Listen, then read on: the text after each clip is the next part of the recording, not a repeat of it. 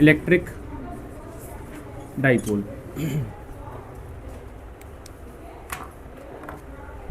What is electric dipole? So beta, it's a pair of equal and opposite charges separated by a constant distance. A constant distance. Dipole, very important thing again. देखो, dipole किसको कहेंगे हम? हमारे पास दो charges होंगे, एक होगा minus Q, दूसरा होगा प्लस क्यू, और उसके बीच में कोई डिस्टेंस होगा। ये आप इसको 2L कह लो, नोट्स में हमने 2A लिखा है तो मैं यहाँ पे 2A लिख रहा हूँ, right. So this is called a dipole. ध्यान से सुनना, ठीक है, वंस अगेन। ओके, तो डाइपोल क्या होगा? आपके पास दो चार्जेस होने चाहिए, एक नेगेटिव दूसरा पॉजिटिव। दोनों पॉजिटिव हो जाएं या दोनों नेगेटिव हो जाएं वो डाइपोल नहीं कहा जाएगा।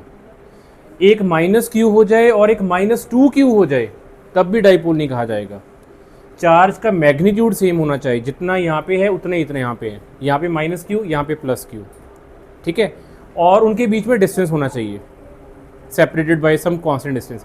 ये डिस्टेंस को हमने 2A क्यों लिया? हम इसको A भी ले सकते थे। 2A हमने सिर्फ न्यूमेरिकल्स को सॉल्व करना है, ईजी हो जाता है हमें इक्वेशंस को सॉल्व करना, तो हमने इसलिए 2A लिया है। अदरवाइज 2A का और लेने का कोई फंडा नहीं है। ओके, सो देखो फॉर एग्जांपल, देखो अब डाइपोल क्या होगा। देखो जैसे मान लो मेरे पास ये मार्कर है, यहाँ पे चार्ज रख दिया -Q, यहाँ पे रख दिया +Q। अब अगर बेटा मैं इस डाइपोल को पकड़ के सेंटर से कहीं पे भी ले जाऊँ, कहीं पे भी ले जाऊँ, जैसे मर्जी रोटेट कर दूँ, क्या ये डिस्टेंस चेंज होगा? नहीं होगा। This is called dipole. ये होता है कांस्टेंट डिस्टेंस। मतलब कि ये जो दो चार्ज है ना, ये पेयर बन गया। अब आप कहीं पे भी जाओगे ना तो इन दोनों के बीच में डिस्टेंस सेम रहेगा। यहाँ पे एक -Q होगा और एक +Q होगा, राइट। जैसे कि अगर मैं आपसे पूछूं फॉर एग्जांपल, क्या ये डाइपोल है? जैसे ये तो डाइपोल है, क्या ये डाइपोल है? Is it this dipole? क्या ये डाइपोल है? क्या ये डाइपोल है? तो ये डाइपोल बिल्कुल नहीं है। और ये डाइपोल है, क्योंकि हमें ज़रूरी नहीं है कि क्यू क्यू ही लेना है, बट दोनों का मैग्नीट्यूड सेम होना चाहिए। क्या ये डाइपोल है? क्या ये डाइपोल है? हाँ, नो, राइट, क्योंकि दोनों में नेगेटिव नेगेटिव आ गए। अच्छा, क्या ये डाइपोल है?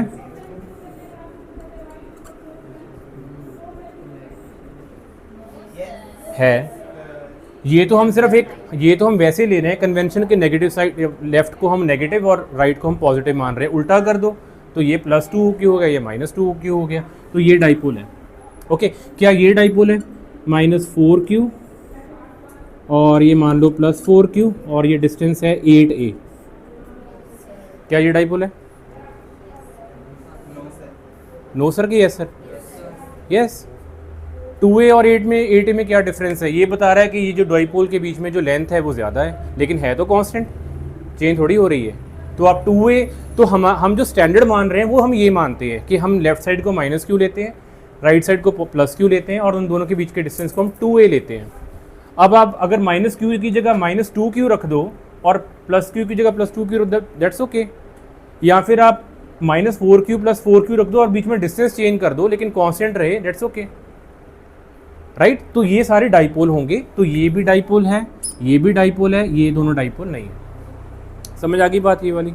Okay okay. After this second हमारे पास आता है डाइपोल मोमेंट। डाइपोल मोमेंट, तो मैं ये रेज कर रहा हूँ, डाइपोल मोमेंट। डाइपोल मोमेंट क्या होगा? Dipole moment, just write down, dipole moment का क्या होगा? So it basically tells the strength. It describes strength of dipole. Strength of dipole. और ये होता है product of either charge and distance between two dipoles, distance between two charges. ये बहुत important चीज़ है। डाइपोल मोमेंट को हम शो करते हैं P के साथ, तो P का फॉर्मूला होता है Q मल्टीप्लाई बाई 2L या 2A, 2L भी बोल सकते हो और 2A भी बोल सकते हो। Very very important, dipole moment is Q into 2A। Okay, अब यहाँ पे कुछ चीज़ें फिर आपको कंफ्यूज कर सकती हैं। Q इंटू 2A, हमने कहा dipole is the product of either charge. Either charge का मतलब होता है चाहे आप प्लस Q ले लो चाहे माइनस Q ले लो, क्योंकि दोनों का मैग्नीट्यूड तो सेम ही है, राइट। तो हम हमेशा यहाँ पे प्लस Q वाला लेते हैं, मतलब हम Q बोलते हैं बेसिकली, हम ना नेगेटिव बोलते हैं ना पॉजिटिव बोलते हैं, basically we just take the magnitude. और आपको पता है जो मैग्नीट्यूड होता है वो हमेशा पॉजिटिव में ही लिया जाता है, तो यहाँ पे आ जाएगा Q। और उसको मल्टीप्लाई किसके साथ किया हमने, पूरी लेंथ के साथ।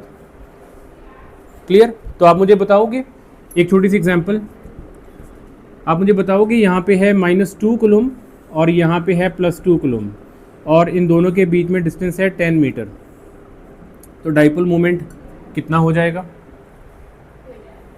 कैसे करेंगे हम? सिंपली Q, कोई भी Q ले लो magnitude, multiply by the distance between the two charges. तो हमारे पास बन गया 2 इंटू 10 विच इज़ 20। यूनिट्स क्या होंगे? Q into 2A that is coulomb metre. Okay, तो इसके हो गए कूलोम्ब मीटर। एक छोटा सा हम यहाँ पे नोट लिख देते हैं, कूलोम्ब मीटर। याद रखना है इसको, ये नहीं लिखना, ऐसे नहीं लिखना, डोंट राइट लाइक दिस, क्योंकि ये कई बारी ये जो साइन है, किसी को पता है ये किसका साइन होता है? ऐसे अगर हम लिखते हैं तो मिली कूलोम्ब, मिली, एम मतलब मिली हो जाता है, तो ये कई बार हमें रिप्रेजेंट गलत होता है यहाँ से, मिली कूलोम्ब। ठीक है, तो हम ऐसे नहीं लिखेंगे because it signifies milli coulomb. ठीक है, तो हम ऐसे नहीं लिखेंगे, हमेशा ऐसे लिखेंगे। और इनफैक्ट ऐसे लिखने में भी हम C को बड़ा लिखेंगे कूलोम्ब, क्योंकि छोटा लिखेंगे तो वो सेंटीमीटर बन जाएगा, है ना। तो कूलोम्ब और मीटर, छोटी छोटी चीज़ें हैं, ये ध्यान में रखना। तो हमें समझ में आ गया कि डाइपोल मोमेंट का फॉर्मूला होता है विच इज़ चार्ज, कोई एक चार्ज ले लो, multiply by the distance between the two charges. ठीक है, और ये आपको बताएगा स्ट्रेंथ ऑफ द डाइपोल, मतलब कि जितनी डाइपोल की वैल्यू ज़्यादा होगी उतना डाइपोल का स्ट्रेंथ ज़्यादा होगा। अब स्ट्रेंथ क्या होता है, तो पहले एक लाइन लिख लेते हैं, more the magnitude of dipole moment greater the strength of dipole,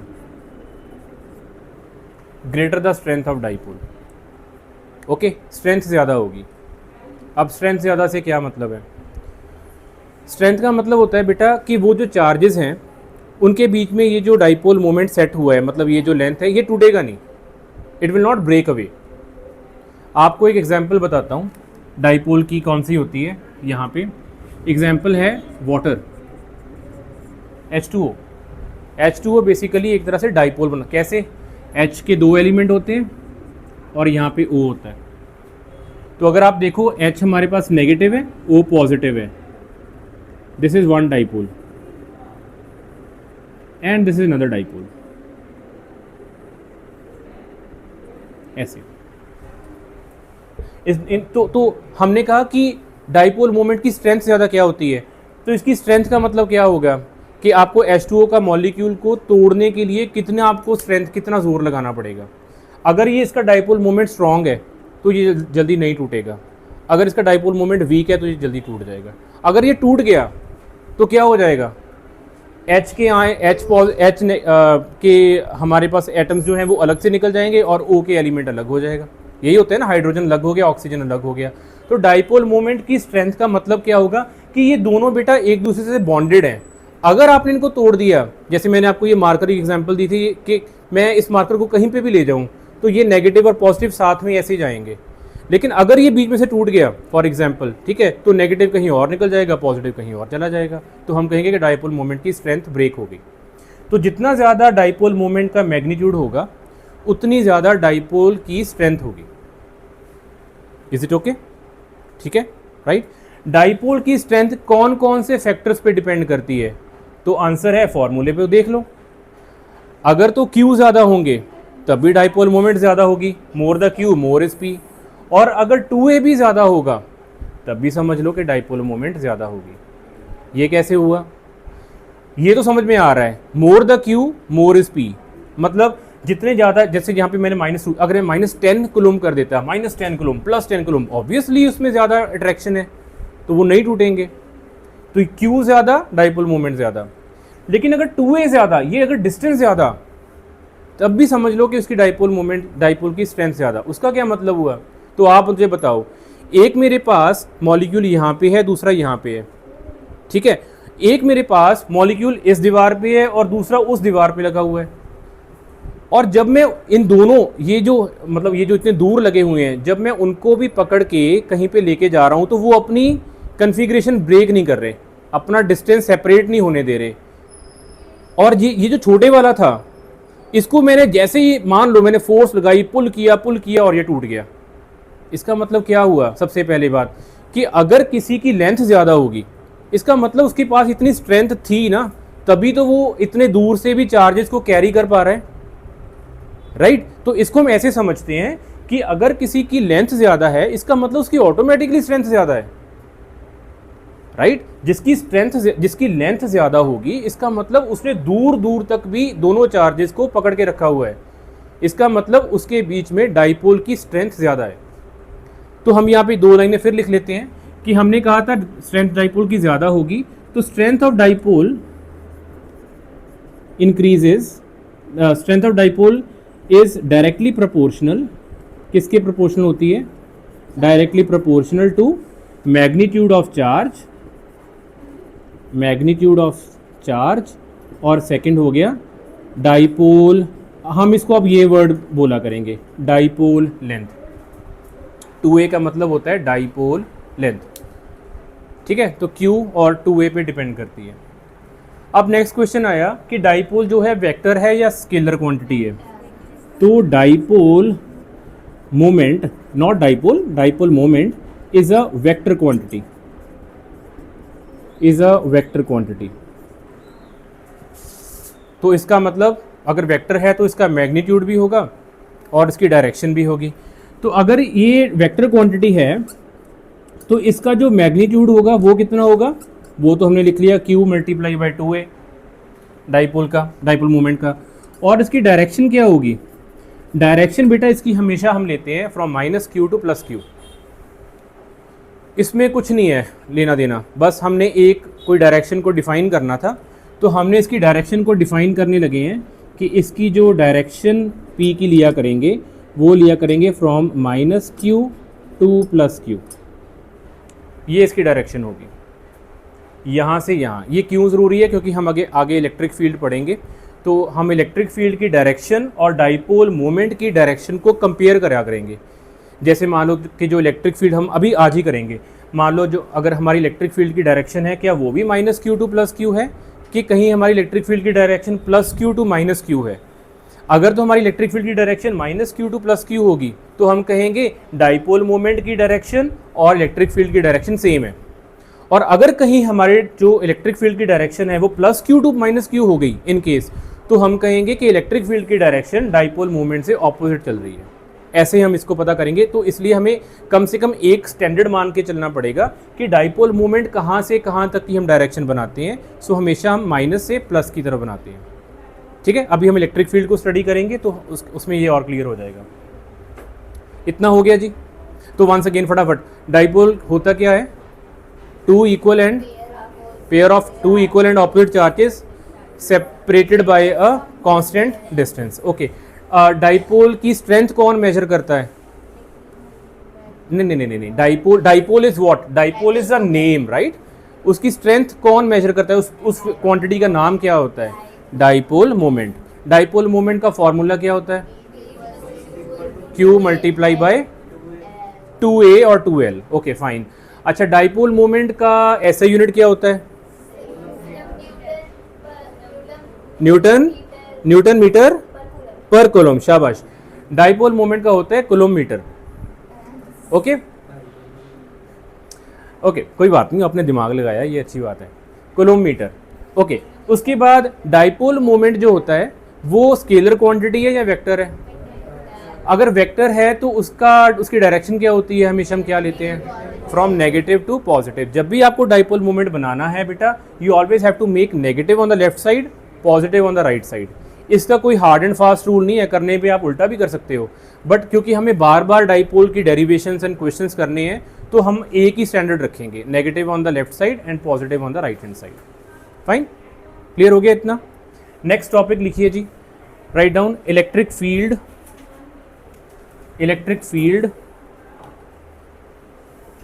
at a point, electric field क्या है? Electric field at a point on axial line, electric field at a point on axial line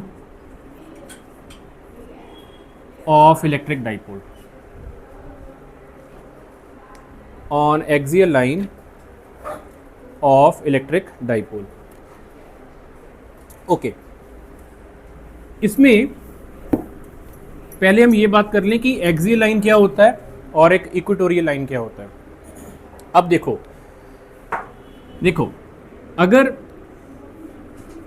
अगर हम यहाँ पे dipole बना दें, ये dipole हो गया, राइट।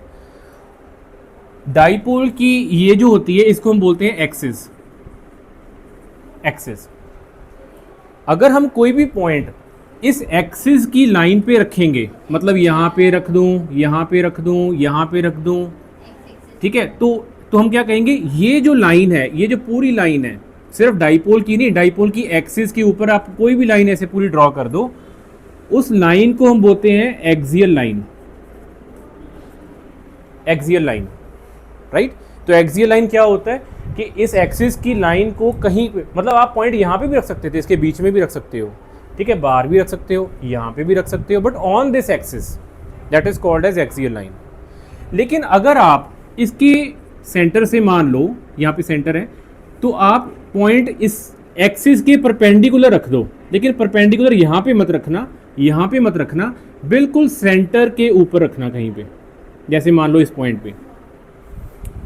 तो हमने ये जो पॉइंट रखा है, हम इसको कैसे डिफाइन करें, तो आप एक काम करो, यहाँ से एक लाइन ड्रॉ कर दो, बिल्कुल जो सेंटर से क्रॉस हो रही हो ऐसे, तो इस लाइन का नाम होता है इक्वेटोरियल लाइन।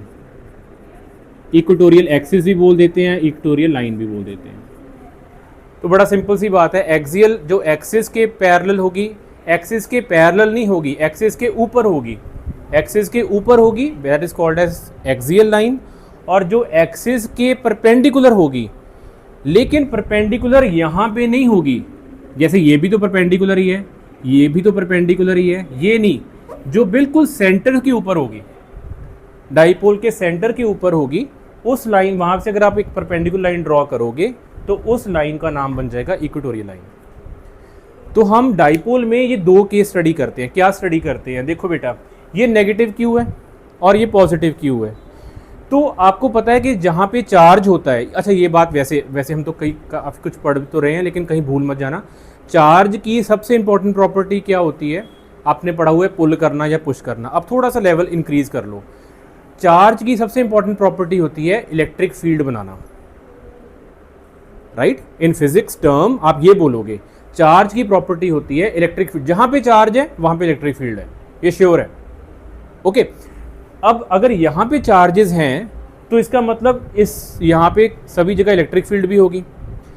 तो मेरा क्वेश्चन ये है कि अगर मैं एक पॉइंट यहाँ पे रख दूँ एक्सियल लाइन पे, तो हमें पता करना है कि यहाँ पे इलेक्ट्रिक फील्ड कितनी बनेगी, और अगर मैं यहाँ पे पॉइंट पे यहाँ पे रख दूँ तो इलेक्ट्रिक फील्ड कितनी बनेगी। तो हमने जो टॉपिक लिखा है उसका नाम क्या है? हमने ये लिखा है कि find out the electric field at this point. कौन से पॉइंट पे? On the axial line of the dipole. Dipole के एक्सियल लाइन पे अगर आप कोई पॉइंट रख दो तो उस पॉइंट के ऊपर इलेक्ट्रिक फील्ड कितनी बनेगी, राइट। अब मुझे श्रेया बताएगी कि हम इलेक्ट्रिक फील्ड पता ही क्यों करते हैं, मुझे क्यों पता करनी है यहाँ पे इलेक्ट्रिक फील्ड कितनी बनेगी, क्यों पता कर रहे हैं इलेक्ट्रिक फील्ड? नो, हम इलेक्ट्रिक फील्ड क्यों पता करते हैं? One of the major question after the US Iran war. हम इलेक्ट्रिक फील्ड क्यों पता करते हैं? क्योंकि हमें फोर्स पता करनी होती है। Electric field is an imaginative quantity. हमें नहीं दिखती इलेक्ट्रिक फील्ड कुछ भी, हमें क्या दिखता है, हमें क्या पता लगता है? फोर्स। तो आपको पता है फोर्स का फॉर्मूला क्या होता है? QE। Fine, QE। अगर मैं कहीं पे यहाँ पे इलेक्ट्रिक फील्ड फाइंड आउट कर लूँ, मुझे क्या लेना देना इलेक्ट्रिक फील्ड से? मुझे लेना देना इसलिए है कि अगर मैं यहाँ पे चार्ज रख दूंगा 2 माइक्रो कूलम्ब, तो मुझे फटाक से पता लग जाएगा कि 2 माइक्रो कूलम्ब के ऊपर फोर्स कितनी लग रही है। अगर मैं यहाँ पे चार्ज रख दूँ 4 माइक्रो कूलम्ब, मुझे पता लग जाएगा यहाँ पे फोर्स कितनी लग रही है। कैसे पता लगेगा? QE। E मैंने पता कर लिया, इसके कारण कितना लगेगा वो, और जो भी आपके पास चार्ज है वो रख दो, आपको फोर्स पता लग जाएगी कि उस बॉडी के ऊपर फोर्स कितनी लगेगी। ये फ़ायदा है हमें। Is it okay?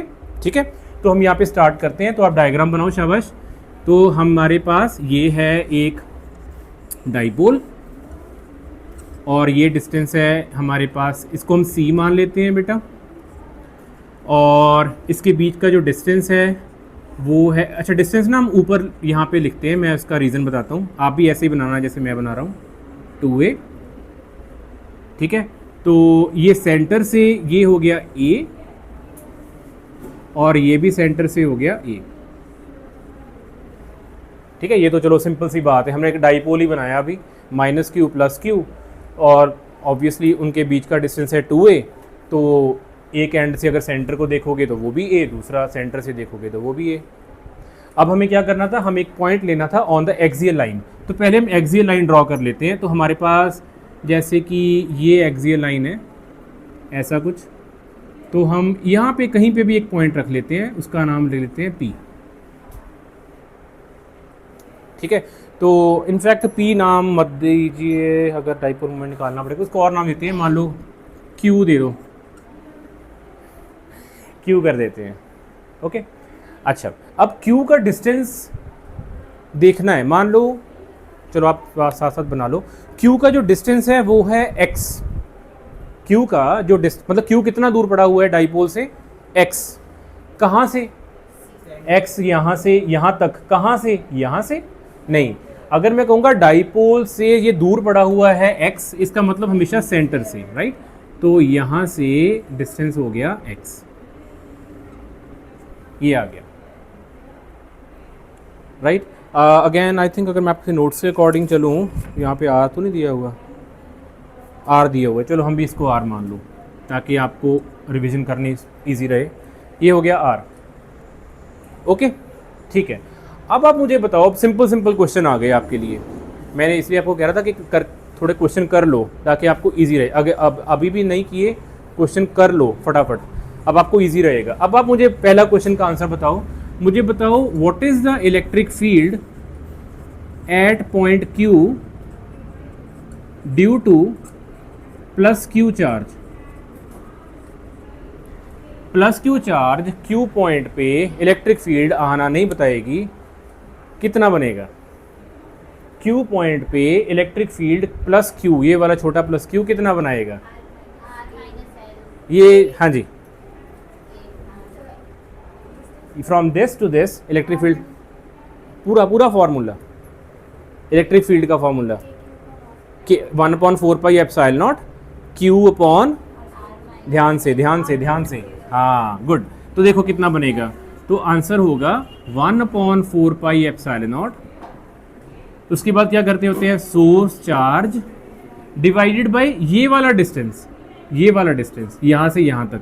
अब ये वाला डिस्टेंस हमें निकालना पड़ेगा, टोटल डिस्टेंस R है, ये वाला डिस्टेंस A, दैट मीन्स जो बाकी रह गया वो हो गया R - A।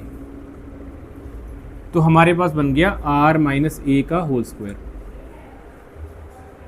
इजी, बस यही फॉर्मूला दोबारा लिखेंगे। अच्छा, इसकी डायरेक्शन क्या होगी? तो डायरेक्शन होगी जैसे इसको कोई नाम भी देते हैं, मान लो ये है A और ये है B, तो इसकी डायरेक्शन क्या होगी? Like it would be from Q to B और फ्रॉम B टू Q। हाँ, B टू Q, क्योंकि +Q है तो आपको पता है +Q से आउटवर्ड जाता है, तो इसकी होगी फ्रॉम B टू Q। और यहाँ पे भी ऐसे डायरेक्शन लगा लेते हैं, ऐसे जाएगी, और इसका नाम होगा E + Q। सारा कुछ हो गया, हमने लेबल भी कर लिया, ठीक है, हमने एरोज भी लगा दिए, डिस्टेंस भी, सब कुछ हो गया। अब फिर से निकालते हैं जो दूसरा चार्ज रह गया, electric field at point Q due to minus Q charge, ये बताएगी जी आप 4πε0, हाँ माइनस नहीं बोलना है ना, Q अपॉन, हाँ नहीं नहीं नहीं, देखो यहाँ से यहाँ तक का डिस्टेंस, तो ये है R और ये कितना है A, R प्लस A है ना। तो ये हमारे पास बन गया 1/4πε0 Q upon R plus A का स्क्वायर। और इसकी जी डायरेक्शन बताओ, from what to, from minus Q है, Q to A, minus Q है ना बेटा, तो माइनस Q अपनी तरफ को लेके पुल करता है ना इलेक्ट्रिक फील्ड को, तो माइनस Q मतलब इलेक्ट्रिक फील्ड इसकी तरफ आएगी, तो आप B टू A बोल दो, Q टू A बोल दो, वैसे Q टू A बोलना चाहिए क्योंकि हम Q पे बात कर रहे हैं, तो ये आएगी डायरेक्शन माइनस Q, तो फ्रॉम Q टू A। कोई डाउट है तो बेटा पूछ लेना। क्लियर है जी, बस हो गया। अब बताओ तो नेट इलेक्ट्रिक फील्ड कितनी होगी, देयरफॉर माइनस होगा कि दोनों के बीच में प्लस होगा, माइनस होगा क्योंकि एक उधर जा रहा है एक इधर आ रहा है, ठीक है। अच्छा छोटी सी बात बताओ, पहले एक लाइन लिख लेते हैं, मुझे बताना उसके बाद, net electric field eight Q कितना होगा, तो हम यहाँ पे E एक्सियल लिखने लगे हैं क्योंकि नेट का मतलब एक्सियल ही है यहाँ पे।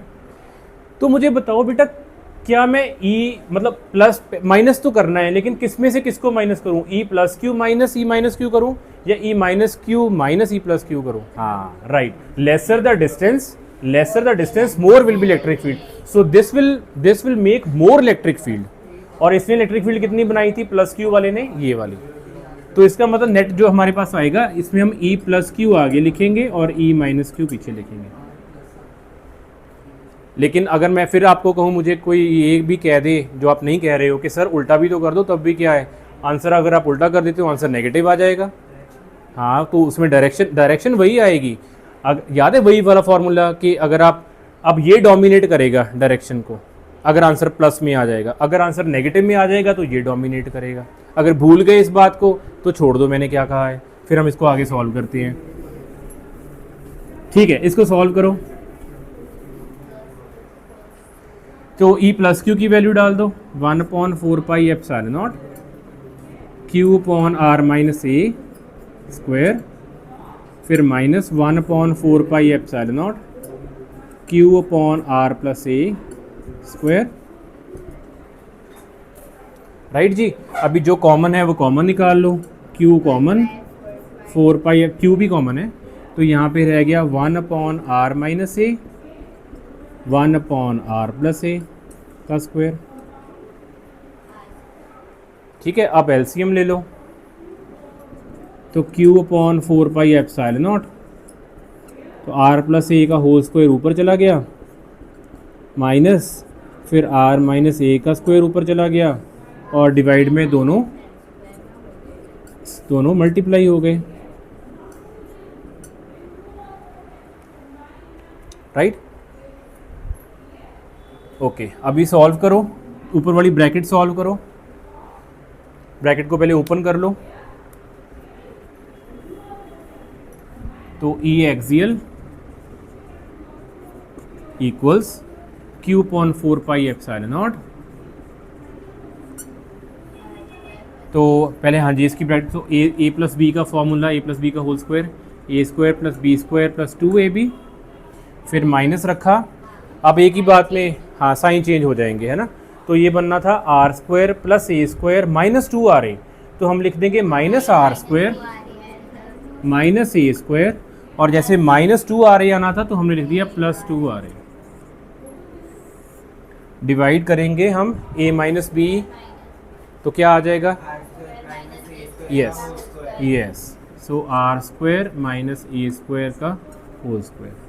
ये कैसे बना, जस्ट फॉर यू इन्फॉर्मेशन, अगर हम a माइनस बी और a प्लस बी करते हैं तो हमारे पास फार्मूला होता है a square minus B square.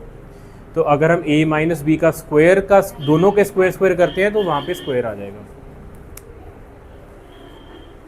अगर ये बात नहीं समझ आई मुझे दोबारा पूछ लेना, इन केस ये मैंने कैसे लिखा। अब क्या करें, नहीं समझ आई तो पूछ लेना, किसी को पूछना है, क्लियर है? हाँ जी, कैसे करेंगे, तो हम क्या करेंगे, तो ये कैंसिल आउट हो गए, काट देंगे, ठीक है। तो हमने काट दिया तो हमारे पास बच गया q upon 4 pi epsilon nought 4RA upon R square minus A square का, ये आ गया। अब एक स्टेप और करते हैं,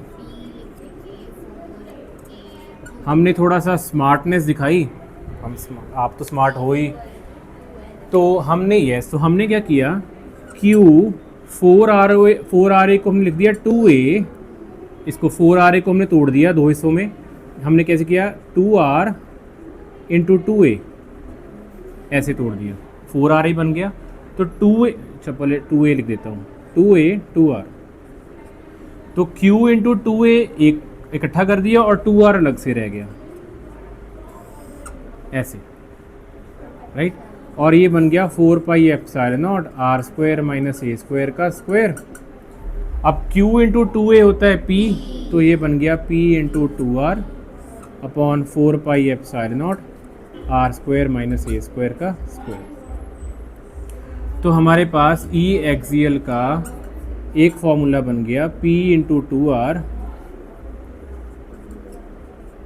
divided by 4 pi epsilon not R square minus A square का स्क्वायर, ये आ गया। So this is the first formula, ये राइट। अब एक क्वेश्चन छोटा सा आया इसमें कि डायरेक्शन क्या होगी, what is the direction of electric field.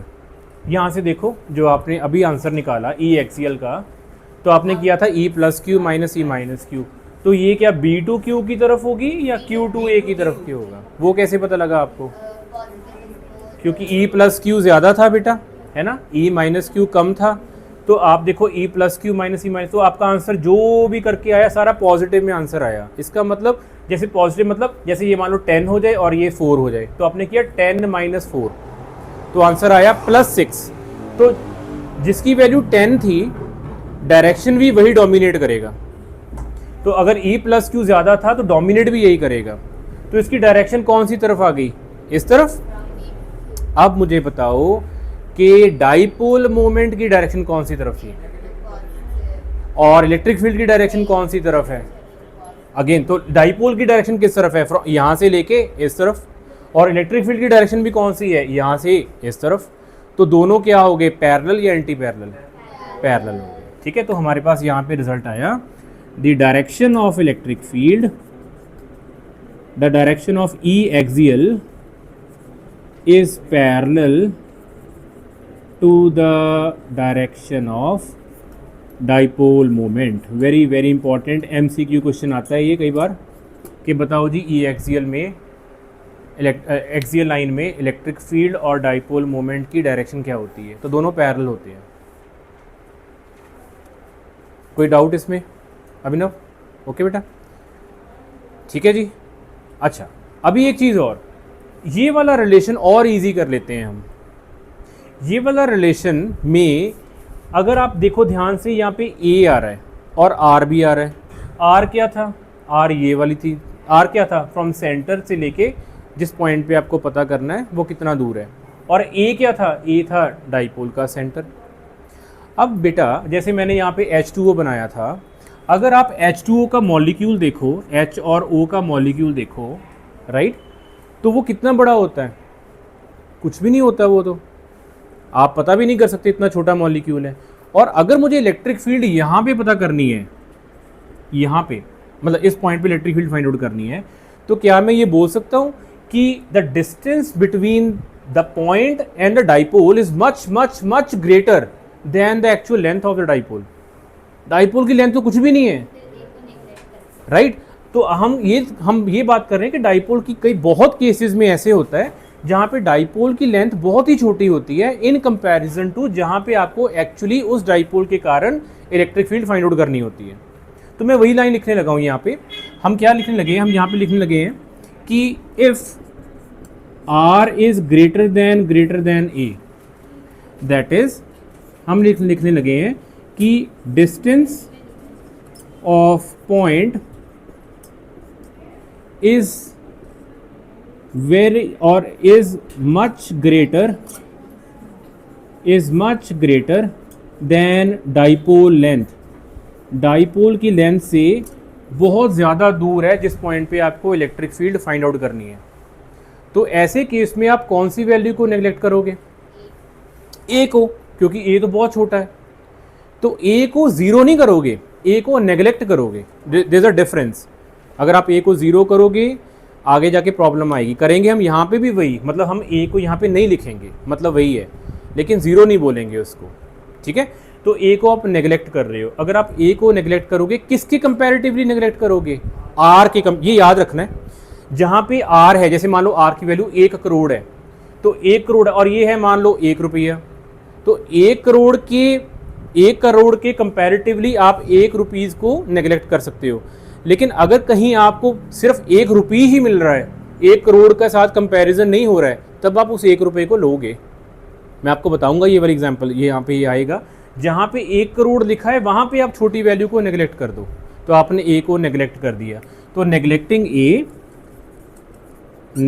A with respect to R, ये बड़ा इंपॉर्टेंट वर्ड है, ये बच्चे छोड़ देते हैं। जहाँ पे आर है उसके कंपैरेटिवली आप ए को नेग्लेक्ट कर दो, तो आपके पास ई एक्सियल का फॉर्मूला क्या रह जाएगा? E axial P into 2r divided by 4 pi epsilon not R square का स्क्वायर विच इज r4। एक आर से एक आर कैंसिल हो गया, तो आपके पास फाइनल रिलेशन रेडी हो गया। सो ये आपके पास आंसर आ गया, very important relation. E axial is equal to P 2P upon 4 pi epsilon naught r cube, very important relation।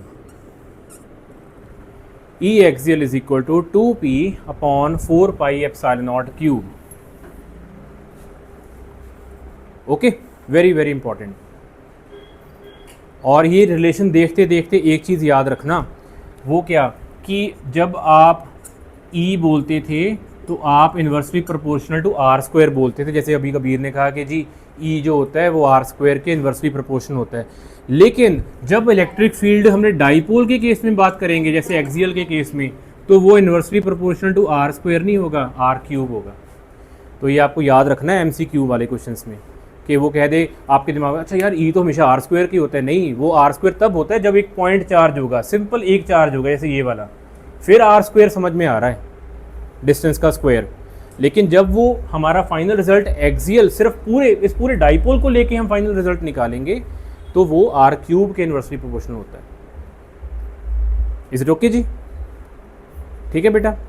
तो मुझे 2-3 चीज़ें फटाफट बता दो फिर, शाबाश। नंबर 1, अगर एक पॉइंट डाइपोल की लाइन पे पड़ा हुआ है तो उस लाइन का नाम क्या होगा? एक्सियल लाइन, ठीक है।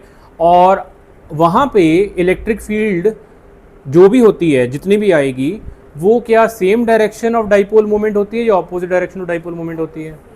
Same direction. देखो E + Q और डाइपोल मोमेंट भी इधर, फिर भूल गए आप, है ना? कैसे कि अगर इस तरफ को E एक्सियल जा रहा है तो जो डाइपोल मोमेंट है वो भी इसी तरफ जाता है। याद रखना है ये चीज़ें। डाइपोल मोमेंट कहाँ से जाता था? -Q से +Q, -Q से +Q, ठीक है। तो E एक्सियल भी उसी डायरेक्शन में जाता है। Very important thing, remember this, right.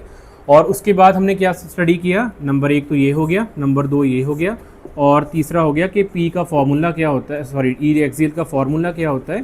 तो वो हमारे पास फॉर्मूला होता है basically 2P/4 pi epsilon not R cube. ज़्यादातर यही फॉर्मूला लगेगा, कुछ केसेस में ऊपर वाले लगेगा, बट आपको मोस्टली इसी के क्वेश्चंस आएंगे। ठीक है बेटा। हाँ जी, ओके अभिनव, डन साहिब, क्लियर है? ओके, तो ये हमारे पास बन गया एक्सियल लाइन, राइट। ऐसे ही हम करेंगे इक्वेटोरियल लाइन। तो इक्वेटोरियल लाइन, अब इक्वेटोरियल लाइन क्या होती थी?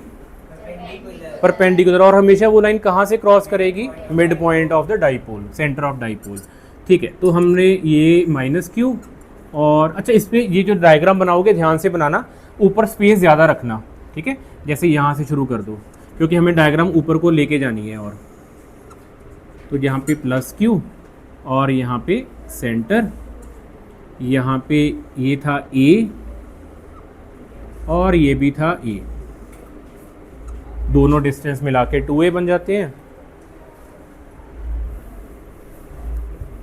तो ये हो गया, ओके। अब यहाँ पे हमने बना ली एक्सियल लाइन, और यहाँ पे हमने रख लिया पॉइंट जिसका नाम हम रख देते हैं वंस अगेन Q, राइट। और क्वेश्चन फिर वही है कि हमें फाइंड आउट करना है कि इलेक्ट्रिक फील्ड कितनी होगी। सर इसका हेडिंग भी नहीं डाला हमने, हेडिंग होगा electric field eight A point on equatorial line, equatorial line, बाकी सारा कुछ सेम, ठीक है। तो इक्वेटोरियल लाइन में याद फाइंड आउट करना है इलेक्ट्रिक फील्ड कितनी होगी। हम इलेक्ट्रिक फील्ड क्यों पता करते हैं श्रिया? फोर्स के लिए। और फोर्स का फॉर्मूला क्या होता है? क्या? QE, अच्छा QE। तो जितनी कॉन्फिडेंस से बोलती है मुझे लग रहा है सच्ची मैं ही गलत पढ़ा रहा हूँ।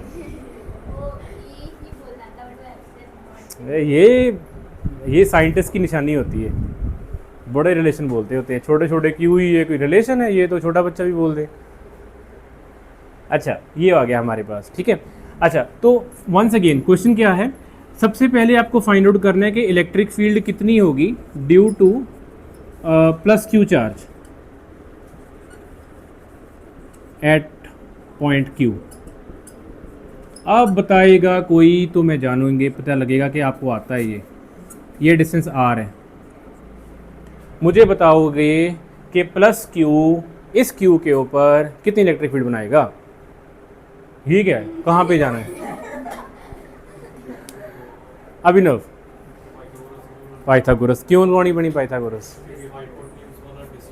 यस, देखो आप लिखोगे इलेक्ट्रिक फील्ड का formula Q upon 4 pi epsilon nought R square. R square नहीं लिखोगे, ये डिस्टेंस लिखोगे, क्योंकि यहाँ से यहाँ तक जाना है, और वो हमें यहाँ अभी तक तो नहीं पता।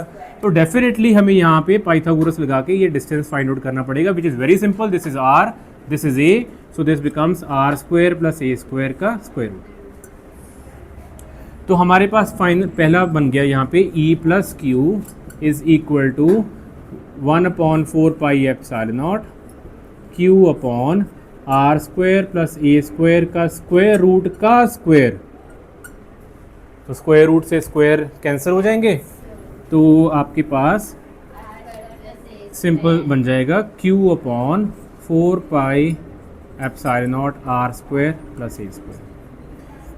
और मेरे हिसाब से माइनस Q वाला भी सेम ही आने वाला है, Q अपॉन ये वाला डिस्टेंस, और ये भी डिस्टेंस पाइथागोरस से सेम ही आएगा। सो ये भी बन गया R square plus A square, right. लेकिन बात अभी यहाँ पे भी ख़त्म नहीं हुई। अब मुझे बताओ कि नेट इलेक्ट्रिक फील्ड क्या होगा? हाँ, पहले तो हमने कर दिया फटाफट, उधर जा रहा था प्लस, इधर को आ रहा था, दोनों को माइनस कर दिया। अब क्या करेंगे? आगे के लेके जाएंगे। रीजन बीइंग बेटा, these two electric fields are not on the same line. अगर सेम लाइन पे होते या तो हम प्लस कर देते या माइनस कर देते। अब प्रॉब्लम क्या है कि ये प्लस क्यों कह रहा है कि मैं इलेक्ट्रिक फील्ड ऐसे बनाऊंगा, और ये माइनस क्यों कह रहा है कि इलेक्ट्रिक फील्ड मैं अपनी तरफ को बनाऊंगा। तो आपको पता है कि ये वेक्टर फार्मूले से सॉल्व होगा, क्योंकि एक लाइन पे नहीं आ रहा है। और वेक्टर फार्मूला सॉल्व करने के लिए प्रॉब्लम ये है कि इस पॉइंट पे पहले तो टेल टेल चाहिए, याद है टेल टेल। अभी यहाँ पे क्या हो रहा है, ये हेड आ रहा है यहाँ पे, और ये टोकी है, ये टेल आ रही है। तो पहले आपको क्या करना पड़ेगा, इसको एक्सटेंड करना पड़ेगा।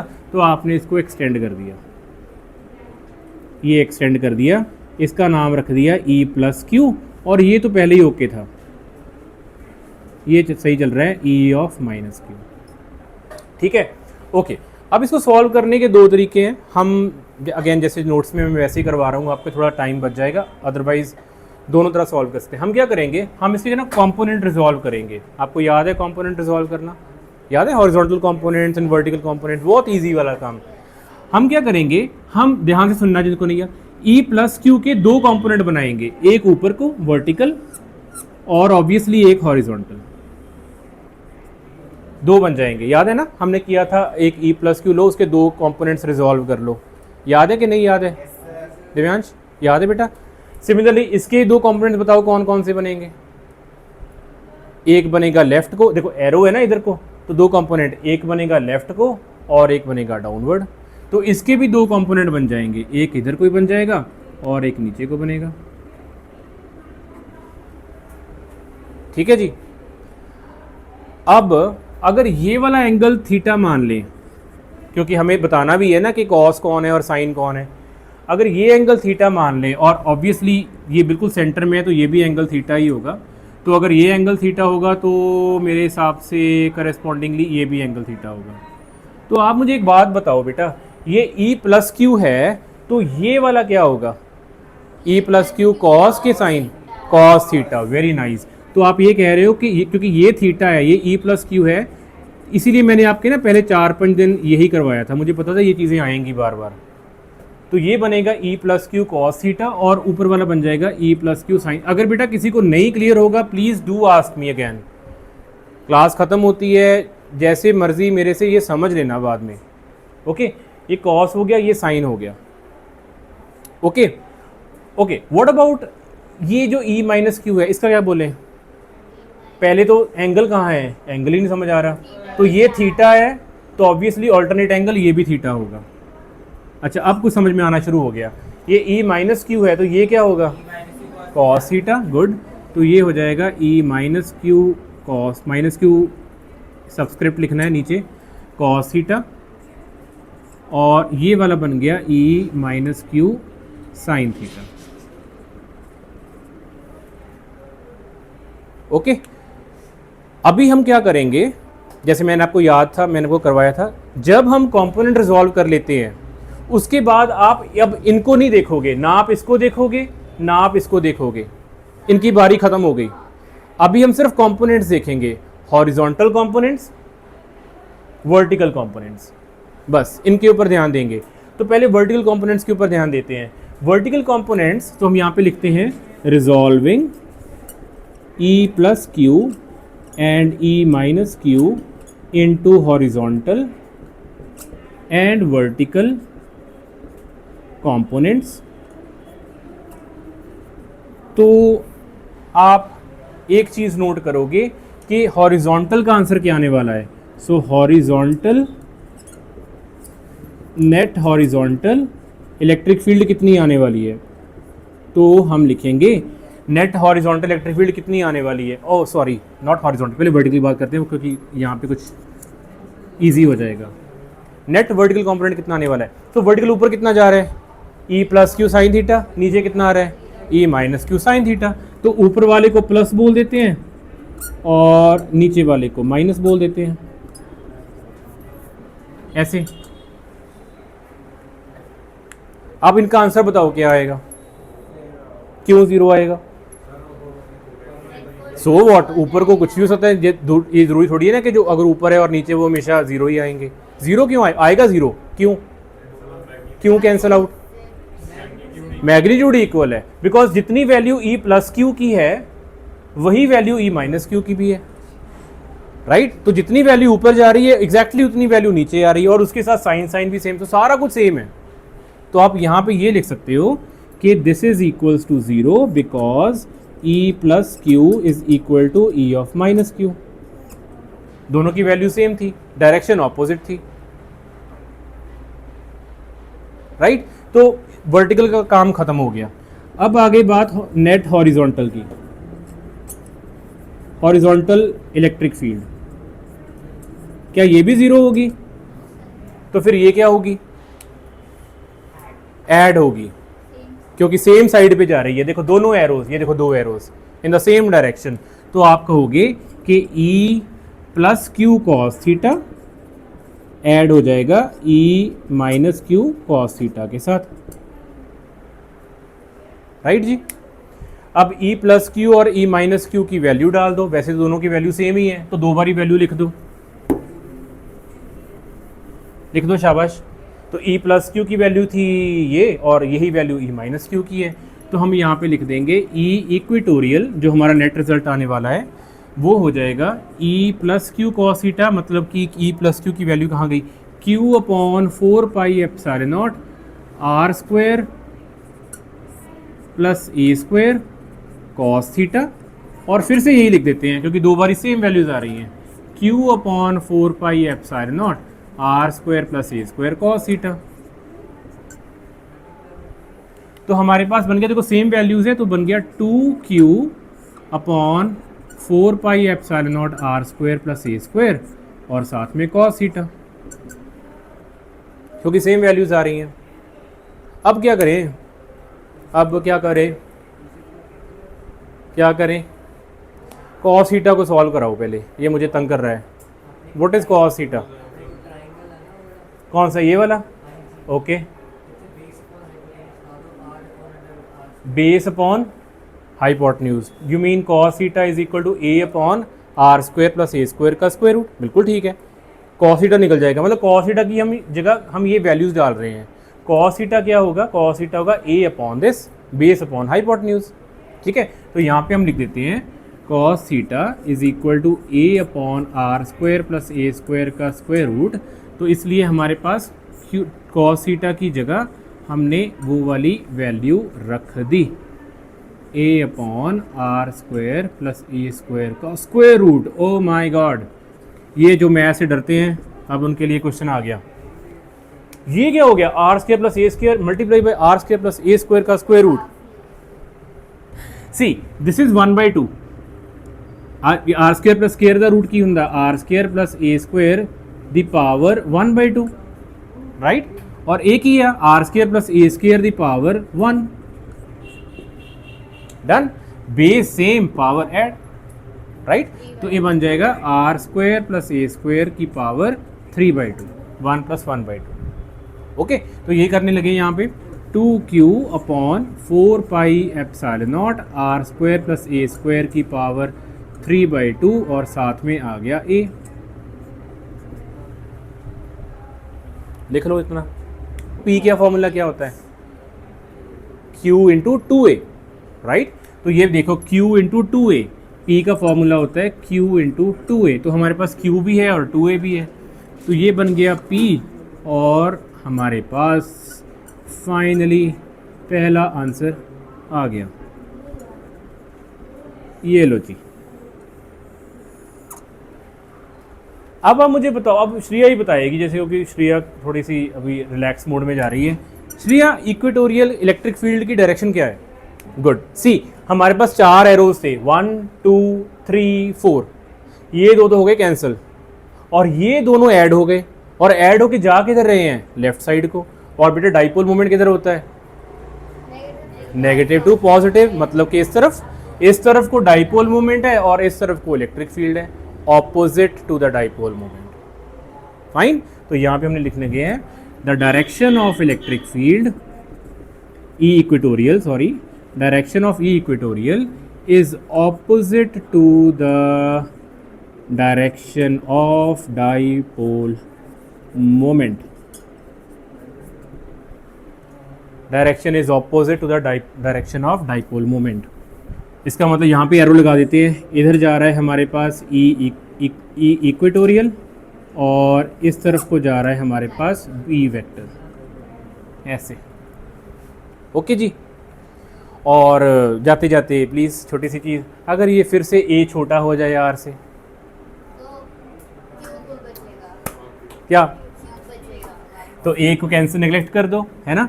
सो if R is greater than A, तो E equatorial will be a very good small value 4 pi epsilon not R, तो आई होप स्क्वायर की पावर 3/2, ठीक है। सो 2 से 2 कैंसिल आउट हो गया, p upon 4 pi epsilon not R cube. ये आपको घर जाके दोनों डेरिवेशंस की प्रैक्टिस करनी है, इंपॉर्टेंट है, ये आपके एग्ज़ाम में आएंगी। ये हमारे पास आंसर आ गया। क्लियर है बेटा? हाँ जी, ओके है जी। अब मुझे बस लास्ट चीज़ ये बताओ कि दोनों के बीच में रिलेशन क्या आया। अच्छा देखिए जी, हमारे पास ई एक्सियल का फॉर्मूला था और ई इक्वेटोरियल का फॉर्मूला था। कौन बताएगा ई एक्सियल का फॉर्मूला? हाँ जी कीरत, ई एक्सियल का फॉर्मूला पीछे देख सकते हो आप, 2p upon epsilon not R cube. Good. और ई इक्वेटोरियल का? हाँ जी Navpreet, p upon, oh very nice. देखो तो ये तो बड़ा इजी हो गया, ये तो याद करना भी इजी हो गया। 2p upon 4 epsilon not R cube E axial, p upon 4 epsilon not R cube equatorial. ये तो काम ही बड़ा इजी हो गया। ठीक है, और जब हमने इन दोनों को डिवाइड किया तो सारा कुछ कैंसिल आउट और सिर्फ रह गया 2। तो E axial upon E equatorial equals to 2।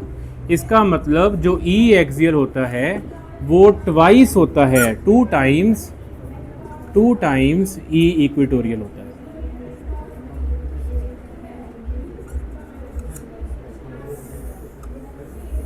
ये तो ई एक्सियल 2 टाइम्स होता है ई इक्वेटोरियल के। कौन कौन किसके 2 टाइम्स होता है? दिमाग नहीं मैंने जाने देना है कहीं पे, वापस लेके आना है। कौन कौन किसके 2 टाइम्स? तो अगर ई इक्वेटोरियल की वैल्यू है 50 तो ई एक्सियल की वैल्यू कितनी होगी? और अगर ई एक्सियल की वैल्यू है 210, चलो 200, ओके फाइन। हाँ शाबाश, ई एक्सियल 200 तो इक्वेटोरियल 400। ई इक्वेटोरियल छोटा होता है, ई इक्वेटोरियल छोटा होगा, ई एक्सियल बड़ा होगा। इक्वेटोरियल छोटा, कौन छोटा? हाँ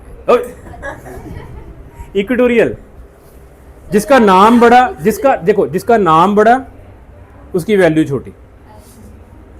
देखो फिजिक्स याद करवाने का अच्छे तरीका, इक्वेटोरियल नाम बड़ा उसकी वैल्यू कम। तो अगर ई एक्सियल 100 होगा तो इक्वेटोरियल 100 से ज़्यादा होगा कि कम होगा? इक्वेटोरियल बड़ा नाम छोटी वैल्यू। ठीक है, देखो क्या क्या याद करवा रहे हैं हम। फाइन, चलो जी आज के लिए बहुत हो गया। आपका बहुत बहुत शुक्रिया, आपने पेशेंस रखी इतना टाइम।